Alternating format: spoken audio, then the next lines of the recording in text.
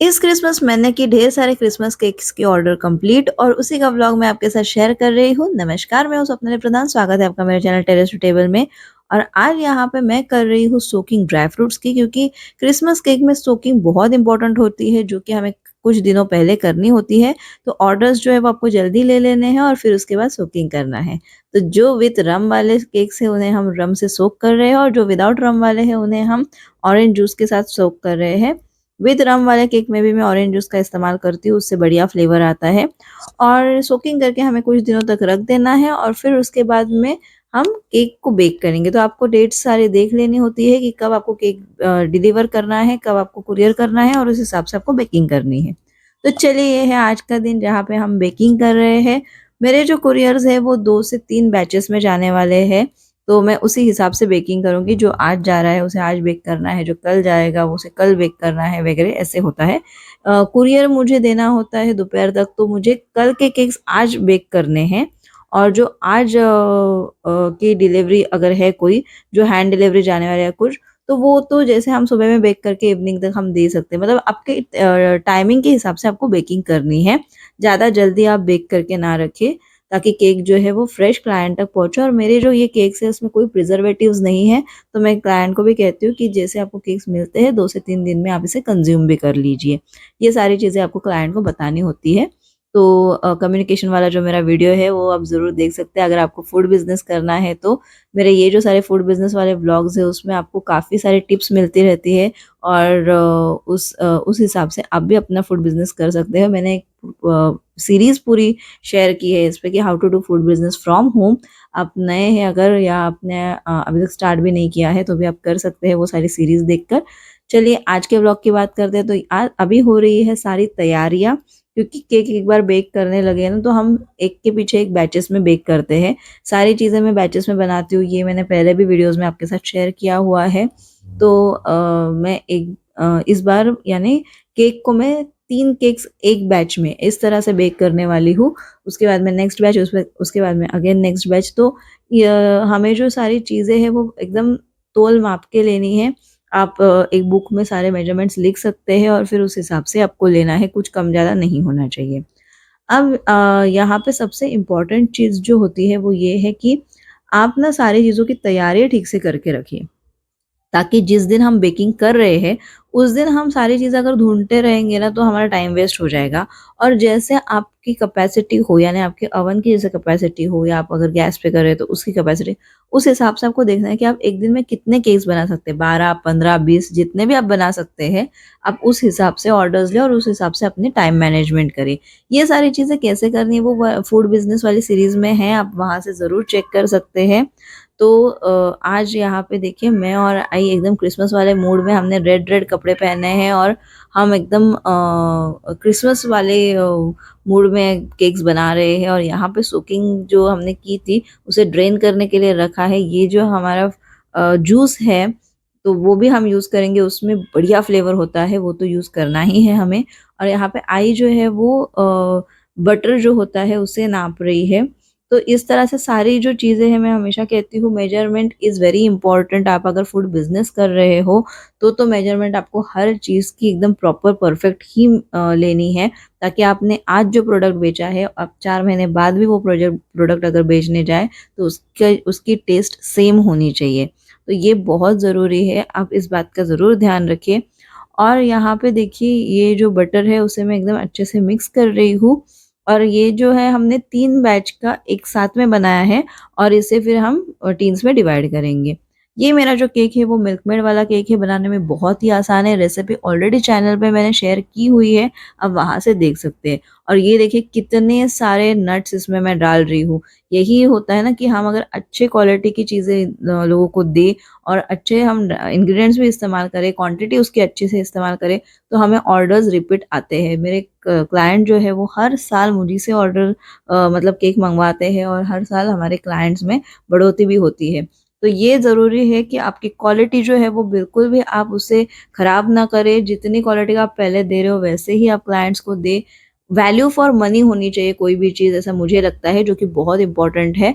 और सर्विस जो है वो भी बहुत इम्पोर्टेंट होती है। आपने अगर कहा है कि हम ये पर्टिकुलर डेट पे आपको देंगे केक तो आपको डिलीवर करना ही है। ऐसा नहीं कि हाँ, फिर आप कल करेंगे या परसों करेंगे। कोई प्रॉब्लम आता है तो कैसे कम्युनिकेट करना है वो भी मैंने आपको सीरीज़ में बताया हुआ है। आप कम्युनिकेशन वाला वीडियो भी देख सकते हैं।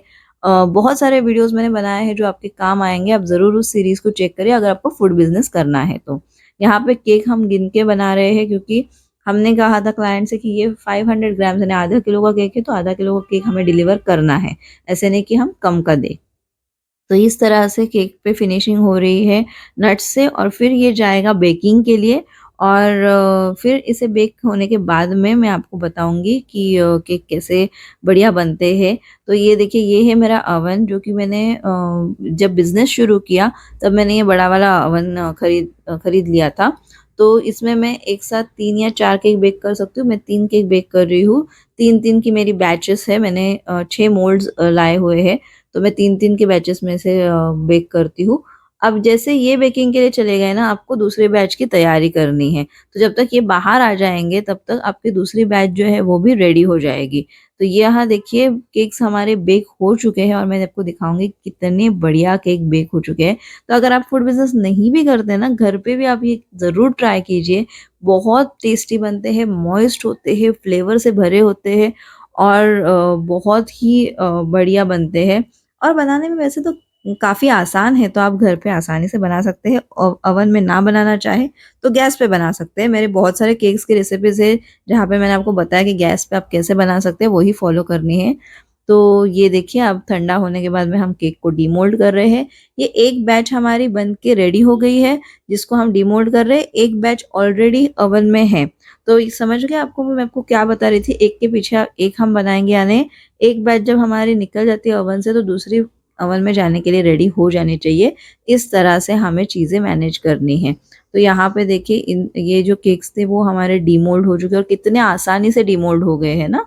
तो पार्चमेंट शीट लगाने का ये एक फ़ायदा होता है। और उसके बाद में यहाँ पे मैंने उसकी नेक्स्ट बैच की तैयारी कर ली है। तो एक के पीछे एक ऐसे सारे बैच बना के हमने पूरा दिन बेकिंग किया। फिर उसके बाद में ये आता है नेक्स्ट डे जहाँ पे मुझे कुरियर करना था। तो मैं यहाँ पे सारे एड्रेसेस वगैरह लिख रही हूँ क्योंकि ये बहुत ज़रूरी है, गलत एड्रेस लिख दोगे, गलत जगह पे कुरियर चला जाएगा। यहाँ पे सारे केक बन के रेडी है और उनकी अब हम पैकिंग करने वाले हैं। तो पैकिंग पापा कर रहे हैं, मैं तो उनकी सिर्फ हेल्प कर रही हूँ। बट पैकिंग बहुत इम्पोर्टेंट होती है क्योंकि आपका जो प्रोडक्ट है वो लोगों तक प्रॉपरली पहुँचना बहुत ज़रूरी है। पैकिंग का भी अगेन एक पूरा एपिसोड मैंने आपके साथ शेयर किया यानी एक पूरा वीडियो उस पे बनाया हुआ है कि पैकिंग आपको कैसे करनी है, क्या ध्यान में रखना है। प्रोडक्ट पैकिंग के बारे में बताया है और कुरियर के लिए पैकिंग के बारे में बताया हुआ है। आप वो चेक कर सकते हैं। तो यहाँ पे हम लोग यही पैकिंग ही कर रहे हैं, सिक्योर कर रहे हैं केक्स को कि केक्स को कुछ ना हो, प्रॉपरली ये डिलीवर हो क्योंकि बहुत डिफरेंट जगह पे हमारी चीज़ें केक्स यानी जाने वाले हैं जो कि मुंबई में जाएँगे, नवी मुंबई जाएँगे, थाने एरिया में जाने वाले हैं, पूना, बैंगलोर, लोनावला बहुत सारी जगह पे केक्स जाने वाले हैं।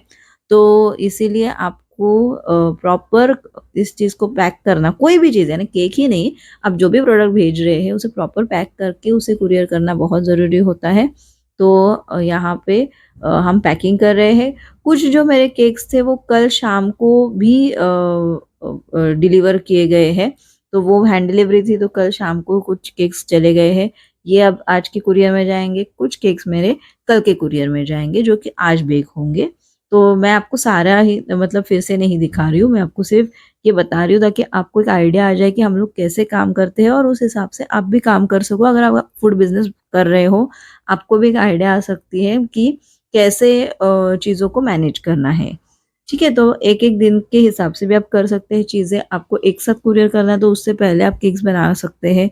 जैसे आपके ऑर्डर्स हो उस हिसाब से आपको काम करना है। तो ये जो पैकिंग होती है, ये एकदम प्रॉपर हम पैकिंग करते हैं ताकि कुरियर में जब जाए तब इसमें कोई ब्रेकेज ना हो।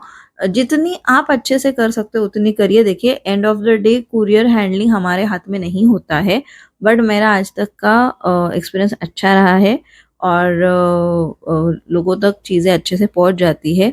एक आध बार मिसहैप हो सकते हैं, मैं ये नहीं कहूँगी कभी होगा ही नहीं। तब आप देख सकते हैं कि आपको क्या करना है, आपको आपको क्लाइंट के साथ कैसे डील करना है, वो आप देख सकते हैं आपके हिसाब से। बट अगर कुछ प्रॉब्लम्स हो रही है, तो आपको उन्हें चेक करना पड़ेगा। कुरियर कंपनी से आपको प्रॉपर्ली बात करनी होगी कि आप फूड प्रोडक्ट भेज रहे हैं और फूड प्रोडक्ट को एकदम अच्छे से हैंडल करें। अब मेरे यहाँ पे ये जो सारे केक्स हैं वो लोगों को एकदम प्रॉपर्ली पहुँच गए और उसके बाद में उनका जो रिव्यू आया वो भी मैं आपको बताऊँगी। मैं वीडियो आपके साथ बाद में शेयर कर रही हूँ, यानी ये सारे डिलीवरीज़ होने के बाद में, रिव्यू आने के बाद में मैं आपके साथ शेयर कर रही हूँ। तो ये देखिए मैं चिट्स लेकर बैठ गई और इस तरह से मैंने कुरियर के ये बना लिए हैं और ये थे हमारे रिव्यूज़।